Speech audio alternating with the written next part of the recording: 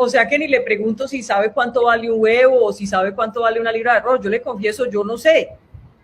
No lo Eh, tengo en mis Me cuentas. corcha, quedo como un zapato, digamos, pero digamos en el tema de los huevos, pues depende de si depende de la calidad, pero digamos que 1.800 pesos la docena o algo así es lo que yo tengo en la cabeza. Bueno, chicas, y sí, después de todo esto fue que empezó la controversia en Colombia de nuevo. Con esta entrevista fue como anunciaron la reforma tributaria, los incrementos del IVA que iban a tener algunos productos, como por ejemplo los de primera necesidad y hasta los servicios funerarios. Y pues este tipo de reforma se anunció en plena pandemia de COVID-19, que como sabemos pues estamos como en cuarentenas y etcétera. Y esto ha restringido el trabajo de muchos colombianos. Y desde ese momento fue que el Comité Nacional del Paro, que está conformado por algunos sindicatos y centrales obreras en Colombia, convocó al paro nacional que empezó el pasado 28 de abril del 2021. Pues como sabemos, han habido algunas manifestaciones, protestas, plantones, etcétera. Y pues después de 4 días, el presidente Iván Duque anunció que pediría al Congreso que retiraran la reforma tributaria y así tramitar de manera urgente un nuevo proyecto que estuviera en consenso con los parlamentarios y con los sectores de la sociedad civil. Pues yo le conté todo esto a una vecina y miren lo que me respondió. Ay, pero ¿por qué siguen protestando si ya quitaron esa tal reforma tributaria? Bueno, es que la cuestión es que el borrador de esa reforma sigue vigente y no se ha retirado como dice la vecina. Y es que muchos aún desconocen qué implica tener una nueva reforma tributaria o ley de solidaridad sostenible, como dice el gobierno, que por cierto es la tercera en el periodo presidencial de Iván Duque hasta ahora. Algunos de los puntos más polémicos de esta reforma son que, por ejemplo, cada vez más las personas van a estar obligadas a declarar renta, es decir, aquellas personas que ganan, por ejemplo, más de 2.4 millones de pesos mensuales, tendrán que empezar a declarar renta y hacia 2023 la tarifa de declaración podría bajar hasta aquellos que devenguen mensualmente más de 1.6 millones de pesos. También incluso hay varios productos de la canasta familiar, como decía Angie, que sí tendrían IVA, pero hay otros que no. Sin embargo, su precio sí aumentaría, ya que los insumos que se requieren para su producción sí tendrían que pagar IVA. Y hablando de este impuesto, se incluye también un cobro del IVA, que actualmente es del 19%, bastante alto, a las tarifas de servicios públicos de energía, acueducto y alcantarillado a los estratos 4, 5 y 6, así como el aumento de tarifas impositivas. Y esto último quiere decir que, por ejemplo, a medida que se tengan más ingresos, se va a cobrar cada vez más por todas las cosas, y pues eso es muy preocupante, chicas. Sí, totalmente de acuerdo. Y es que además de la reforma tributaria de la que muchos hablan, los ciudadanos luchan también por evitar que la reforma de salud sea aprobada, ya que muchas personas en realidad desconocen esta propuesta.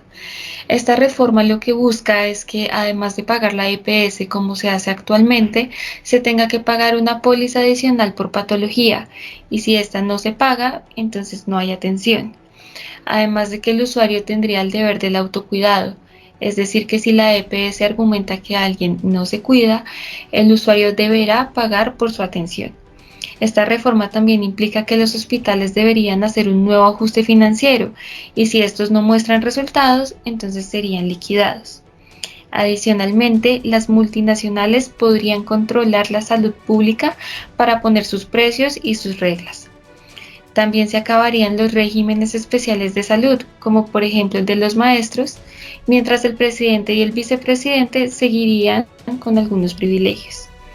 Finalmente, y algo muy preocupante, es que se acabaría el hospital cancerológico para hacerle el negocio a la nueva clínica oncológica de Sarmiento Angulo.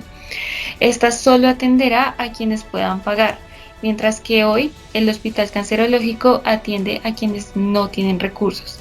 Entonces esta reforma también es algo bastante preocupante, por lo cual se está luchando en el paro nacional.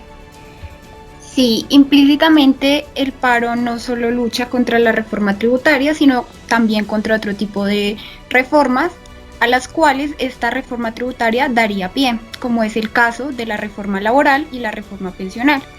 Si bien aún no se han presentado pues propuestas netamente formales respecto a estas dos reformas, sí se han hecho intentos previos y proyectos que tratan de modificar el funcionamiento y la reglamentación del sistema de pensiones, así como también de los derechos que pues cobijan a muchos trabajadores a nivel nacional.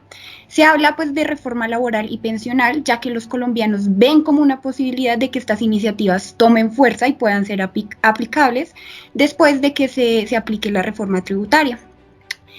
Pues de ser así, por ejemplo, la reforma laboral consistiría en que se aprobaran leyes y decretos que permitan que, por ejemplo, se pueda contratar trabajadores por horas o que la caja de compensación y de pensiones se pague en función de esas mismas horas trabajadas. Entonces, pues el asunto problemático sería que no habría como una estabilidad laboral para los colombianos. Mientras que la aplicación de una reforma pensional implicaría, por ejemplo, el aumento de la edad y del número de horas de cotización para pensionarse. También podría suceder que se tendría que sacar más recursos para el sistema público de pensiones, pues para quienes ya están jubilados, y que las pensiones que antes podían ser heredables a familiares con discapacidades sean eliminadas. Digamos que a grandes rasgos estos puntos son los que generan descontento entre los colombianos, ya que se considera que tras ser aprobadas, pues los trabajadores no tendrían condiciones dignas ni como trabajadores ni como pensionados. Bueno, a eso se le suma la desconfianza de la población a causa de los excesos de la fuerza pública. Desde el mes de noviembre de 2019, el asesinato del estudiante Dylan Cruz se convirtió en un motivo de debate y pilar de las marchas para pedir la reestructuración de la policía, especialmente la del SMAT. Ya para septiembre de 2020, con la muerte del abogado Javier Ordóñez, la situación se agudizó al punto que las protestas se reflejaron con la destrucción de los centros de atención inmediata, los buses de transporte público fueron quemados y la policía usó sus armas de fuego, y como saldo, 13 civiles perdieron la vida en la ciudad de Bogotá. Hoy día, aunque el gobierno afirma que retiró la reforma, toda la población sigue protestando, rechazando las muertes a manos de la policía, así como la vulneración de los derechos humanos. De hecho, chicas, el dato es que la Defensoría del Pueblo reporta 24 fallecidos, pero la ONG local llamada Temblores reporta que son 37 de los fallecidos.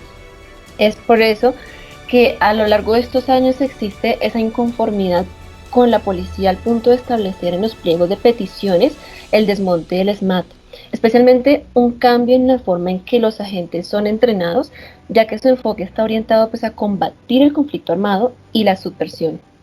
Este es un elemento que se ha problematizado en su trato contra los civiles, no solo en las protestas, sino también en la vida cotidiana. Por último, se pide que los uniformados que cometen crímenes como asesinatos y violaciones sean juzgados por sus actos de forma ejemplar. Bueno, chicas, pues muy interesante la información que trajimos a este episodio y podríamos resumir en que las manifestaciones van encaminadas a las siguientes peticiones, que son el retiro de la reforma tributaria, la reforma de la salud, la laboral y la pensional, y también el rechazo a la violencia por parte de la fuerza pública en Colombia y a la reestructuración de esta institución.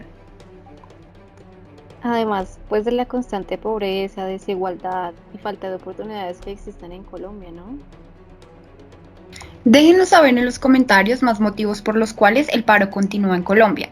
No olviden seguirnos en nuestras redes sociales Facebook, Twitter, Instagram, YouTube, Spotify y ahora en TikTok como @lapsaudelupn. ¡Nos vemos!